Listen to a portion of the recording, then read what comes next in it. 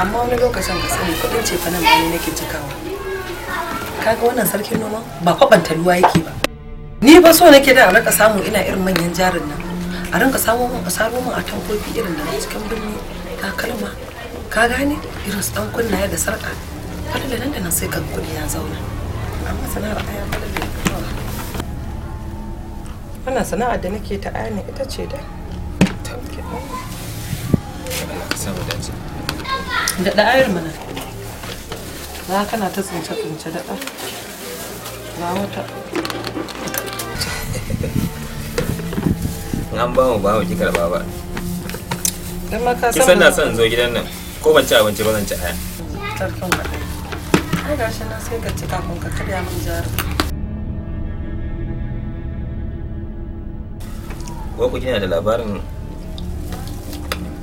dukiya da kokar kwancin birni kuma dukiya kuma wani irin dukiya na da alabar mana dan sarkin noma ya je din labarin da kika ina gurin mai gari lokacin ya zo yana sallama zai tafi cikin birni sosai kudi ne wallahi sun yi linkin kudin sa ya fi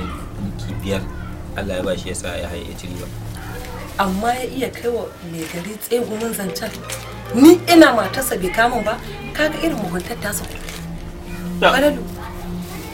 amma tsaya tukunan tambaye ka tabbatar da magana da kake gaya min babba yaya na taɓa miki ƙarya kin san gani na alkhairi ne kai ki binciki lamarin bara in sauri in je halalla zancen nan gaskiya ne kudin yanzu dukiyar sana ina ya dade ta can fa ya tafi je zai dauko ya ce zai tafi birni ya je karɓo kudin sa ki je dai kawai ki bincike abin an ba za ki tambaye mijin naki ba ki kira babban yaron sa ki tambaye shi ki ji ita ne ba ne miki ƙarya ai shikenan ba ta